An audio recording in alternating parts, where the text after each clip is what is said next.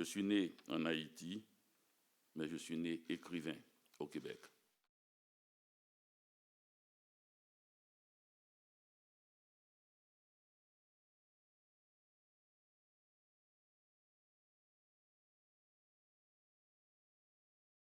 J'étais journaliste à Port-au-Prince, sans vouloir insulter mes confrères de la presse. Il y a une différence entre le journalisme et la littérature. Vous devez, quand vous êtes journaliste, écrire quelque chose qui ne doit pas rester. C'est inscrit dans la nature même du journalisme. Et dans la littérature, vous devez faire un effort d'écrire des choses qui restent, plus longtemps que vous au moins. C'est aussi dans la nature même du produit. J'ai été les deux. J'ai été journaliste en Haïti parce qu'il fallait dire un peu les choses, puisque nos parents ont été muselés, les hommes ont été mis en prison, ils ont été expédiés en exil ou tués. Les femmes ont été contraintes à reproduire le système en essayant de donner un certain souffle à la vie quotidienne, de faire en sorte que les gens ne soient pas tous morts quand le pays changera. Et les hommes étaient chargés d'une part ou de l'autre d'être tués ou de fusillés. Les hommes, c'était l'extérieur, la révolution, les femmes, l'intérieur, le quotidien, et protéger la vie quotidienne. Mais bizarrement, ce n'est pas de cela que je voulais vous parler ici, dans le temps qui m'était imparti, c'est plutôt de livres, parce qu'on se trouve dans cette grande bibliothèque qu'on a tant rêvé et qui nous est donnée. Et je me souviens avoir fait le premier discours ici même au milieu. La bibliothèque n'était pas encore terminée et je me suis mis debout et j'ai fait un petit discours sur Borges parce que je crois qu'il faut dire le nom de Borges dans une bibliothèque. Il est pour moi l'écrivain livre, l'écrivain lecteur. Et c'est Borges qui m'a donné, disons, ma vision de la littérature.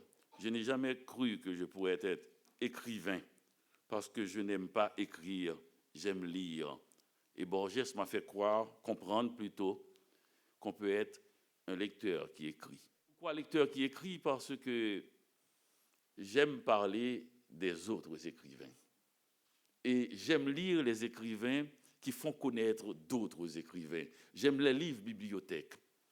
Et je prends conseil de ces écrivains-là, et je pense que c'est cette chaîne qui fait que les gens écrivent, les gens lisent, et les gens qui lisent finissent par écrire, et les gens qui lisent ceux qui écrivent finissent par écrire eux-mêmes, ainsi de suite.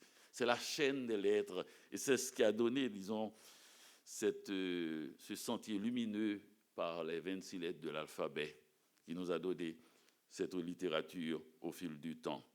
Mais les lettres de l'alphabet, j'ai appris à les lire sur le visage de ma grand-mère, qui était si plissée que ses rides, ses marques faisaient comme des lettres de l'alphabet. C'est écrit dans l'odeur du café que j'ai vu retrouver chez elle des K, des T sur son visage, des L, jamais de W, étonnamment.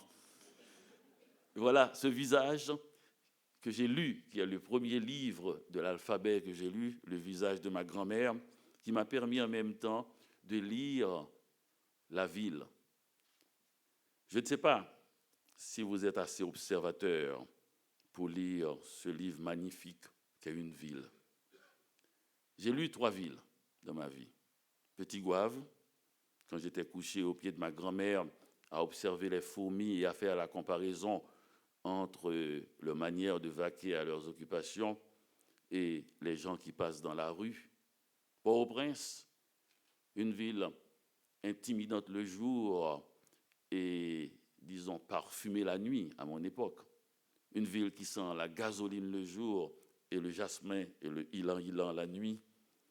Port-au-Prince, avec ses mouvements précipités, ses couris, comme on dit en Haïti, c'est-à-dire tout le monde se mettait à courir sans savoir d'où venait l'ordre secret de courir, ce qui provoquait des changements de gouvernement sans que le gouvernement lui-même ne sache d'où venait cette révolution impromptue. Pourquoi? Parce que c'est une ville dont on a l'impression, dans son mouvement ordinaire, on a l'impression qu'il y a une constante émeute. Tellement il y a de gens en mouvement dans cette ville. Cette ville, je l'ai bien lue, et je me souviens aussi, quand j'étais arrivé à Montréal, j'ai vu ce calme. Une ville où personne n'avait dit vive Duvalier ou quelques obscénités de ce genre. Une ville où les gens semblaient circuler à leur aise. Et mieux encore, j'ai vu cette ville la nuit. Vous ne savez pas, dans une ville sous la dictature, la nuit n'existe pas. Elle est chargée de revolvers, de bruits étranges, de cris, de pleurs. Et là, je trouve une ville où il y a des terrasses, l'été, avec du vin. Je suis arrivé en été, alors mes souvenirs datent de l'été. Avec du vin, des gens qui boivent, des conversations. Vous ne pouvez pas savoir, vous n'avez aucune idée combien j'ai rêvé d'avoir un jour une conversation avec une jeune fille avec un verre de vin en main. Vous ne pouvez pas savoir cette vie qui me semblait, que je voyais dans les films, qui me semblait si éloignée, si impalpable, si éthérée. Et je me retrouvais sur la rue Saint-Denis, au 36-70 de la rue Saint-Denis, en face du café Chérier, à regarder cette vie de nuit si magnifique. Et c'est ainsi que j'ai pensé, que j'ai cru écrire, non pas sur Haïti que je venais de quitter, mais plutôt sur Montréal où je venais d'arriver. J'ai compris à ce moment-là que la dictature s'était retirée de ma tête, qu'elle ne me chevauchait plus et qu'il fallait que je pense à ce qui m'était arrivé de plus important dans la vie. J'étais devenu un individu et non une proie dans la jungle de Port-au-Prince.